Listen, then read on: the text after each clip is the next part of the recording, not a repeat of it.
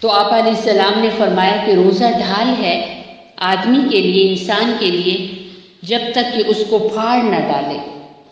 تو انسان اپنے روزے کو کیسے، اس ڈھال کو کیسے پھاڑتا ہے؟ گناہ کر کے۔ آپ کوئی بھی گناہ کر رہے ہیں، اس پہ سمجھ لیں کہ روزہ جو ڈھال اور حفاظت کی ایک دیوار ہے، اس کو آپ نے پھاڑ دیا ہے۔ چاہے آپ نے اسکرین پر کچھ دیکھا، چاہے آپ نے کچھ سنا، چاہے آپ نے غلط زبان سے باتیں کی، پورے جسم کی کسی حصے نے بھی کوئی ایسا کام کیا جس سے اللہ ناراض ہوتے ہیں، اللہ کے پاک پیغمبر علیہ السلام ناراض ہوتے ہیں، تو گویا آپ نے اس ڈھال کو پھاڑ دیا ہے۔ تو اس کی حفاظت کا صرف ایک ہی طریقہ ہے کہ آپ اس طرح کریں کہ روزہ رکھنے کے بعد آپ اپنے پورے بدن پر پورا دھیان رکھیں کہ جیسے آپ کھانا نہیں کھا سکتے، پانی نہیں پی سکتے، کوئی چیز استعمال نہیں کر سکتے، بالکل ایسے ہی فالتو گفتگو بھی نہیں کر سکتے، اور اللہ تعالیٰ سے دعا بھی مانگے کہ اللہ میں کوئی فالتو گفتگو کر ہی نہ سکوں، مجھے توفیق ہی نہ دیجیے گا کہ میں کوئی فالتو بات کر سکوں۔ علماء نے روزے کی حفاظت کے لیے کچھ چیزیں بتائی ہیں، ان میں سے پہلی چیز ہے کہ اپنی آنکھوں کی حفاظت کرنا، کہ آپ کی آنکھیں، آپ کی نظر کسی غلط جگہ پر نہ پڑے، کسی غلط بندے کا دیدار نہ ہو۔ ظاہر ہے جب آپ اسکرین کھولیں گے تو اس پر جو بھی پروگرام چل رہا ہوگا وہ آپ کے رشتہ دار نہیں ہے، وہ آپ کے لیے آپ کے غیر محرم ہے، اور ویسے بھی ان کو دیکھنا جائز نہیں ہے، تو روزے میں تو بالکل بھی دیکھنا جائز نہیں ہے۔ اور نمبر 2، زبان کی حفاظت، اس سے بھی انسان روزے کا مکمل ثواب پاتا ہے کہ آپ کی زبان سے آپ جھوٹ نہ بولیں، جو بھی بات ہو، جب بھی کوئی بات ہو، سچی بات کریں۔ اکثر ہوتا ہے نا کہ بچیوں کو خصوصاً کوئی غلطی ہو جائے، کوئی غلط کام ہو جائے تو اب تو ڈانٹ پڑے گی، استاد سے ڈانٹ پڑے گی، ماں سے ڈانٹ پڑے گی، بڑی بہن بھائیوں سے ڈانٹ پڑے گی، فوراً سے جھوٹ بول دیتے ہیں، ایسا تو نہیں ہو، ہم نے تو یوں نہیں کیا۔ تو یہ بہت بڑا گناہ ہے۔ حضور علیہ السلام سے پوچھا گیا، بہت سارے گناہ گنے گئے کہ مسلمان ایسے بھی کر سکتا ہے، آپ نے فرمایا کہ کر سکتا ہے۔ پھر پوچھا گیا کہ کیا مسلمان جھوٹ بھی بول سکتا ہے، تو آپ علیہ السلام نے فرمایا کہ نہیں، مسلمان کبھی جھوٹ نہیں بول سکتا۔ اور ایسے ہی حدیث پاک میں آتا ہے کہ انسان جھوٹ بولتا ہے، چھوٹی چھوٹی جھوٹ بولتا رہتا ہے تو اللہ کے یہاں وہ بڑا جھوٹا لکھا جاتا ہے۔ تو جھوٹ سے پرہیز کرنا چاہیے۔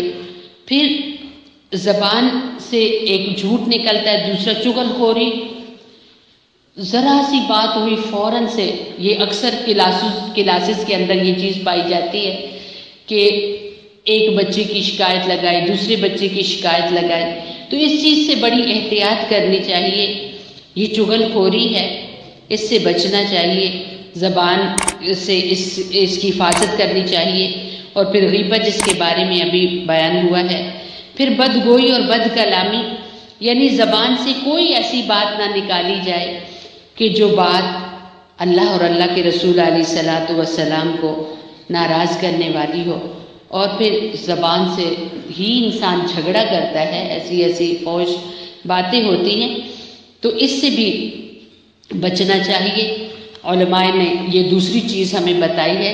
اور تیسری چیز یہ بتائی ہے کہ جس کا اہتمام روزہ رکھتے ہوئے ضروری ہے، وہ یہ ہے کہ کان کی حفاظت۔ کان سے کبھی بھی یعنی ایسی بات آپ نہ سنیں کہ جو اللہ رسول کو ناراض کرنے والی ہو، یعنی کوئی سانگ نہ سنیں، غیبت نہ سنیں، ان چیزوں سے بچنا چاہیے۔ اور پھر علماء نے فرمایا کہ کان کے بعد ہاتھ کی حفاظت، کہ ہاتھوں سے کوئی غلط کام نہ کیا جائے، ایون کہ کسی غلط بٹن کو آپ پریس نہ کریں کہ جس سے کوئی گناہ کی چیزیں دیکھنی شروع ہو جائیں آپ، اس سے بھی یعنی ہاتھوں کو بچانا چاہیے۔ اور پاؤں کی حفاظت، آپ کسی گناہ کی طرف کبھی چل کے نہ جائیں۔ اور پھر یہ ہے کہ افطار کے وقت یہ ہے کہ جو کھانے کی چیزیں ہیں وہ پاک صاف ہونی چاہیے. ایسی چیز سے کبھی افطاری نہ کرے جس کے بارے میں شک و شبہ ہو. آپ باہر نکلے اور آپ نے دیکھا چیز پڑی ہوئی تھی، آپ آرام سے لے آئے. کسی کے گھر میں گئے، پوچھا ہی نہیں، اٹھا کے لے آئے. دکان پہ چیز خریدنے گئے، پوچھے نہیں، یوں ہی اٹھا کے لے آئے. تو ایسی چیزوں سے بھی روزہ جو ہے اس کا ثواب ختم ہو جاتا ہے. اور ایک چیز یہ ہے کہ روزہ رکھنے کے بعد ڈرتے رہنا چاہیے کہ پتہ نہیں میرا روزہ اللہ کے ہاں قبول ہوا ہے یا نہیں. کیونکہ اللہ کے رسول علیہ السلام کا فرمان ہے نا، کتنی ہی روزے دار ایسے ہیں کہ جنہیں بھوک اور پیاس سے کچھ کے سوا کچھ حاصل نہیں ہوتا. تو روزہ رکھنے کے بعد ڈرتے رہنا چاہیے کہ پتہ نہیں میرا روزہ قبول ہوا ہے یا نہیں. تو یہ چند ایک چیزیں تھیں کہ جن کو آپ نے ذہن میں رکھنا ہے، اور اس حدیث کو ذہن میں رکھنا ہے کہ جو روزہ ہے یہ ڈھال ہے، یہ گناہوں سے حفاظت کرنے کا ذریعہ ہے. آپ دیکھتے ہیں نا کہ جب انسان روزہ رکھ لیتا ہے تو جو نہیں بھی اچھے اعمال کرتے تو ان کو بھی شوق آ جاتا ہے، چلو قرآن کی تلاوت کر لیں، کچھ تسبیحات پڑھ لیں. اور کوئی غلط کام ہو رہا نہیں، مجھے نہیں کرنا کیونکہ میرا روزہ ہے.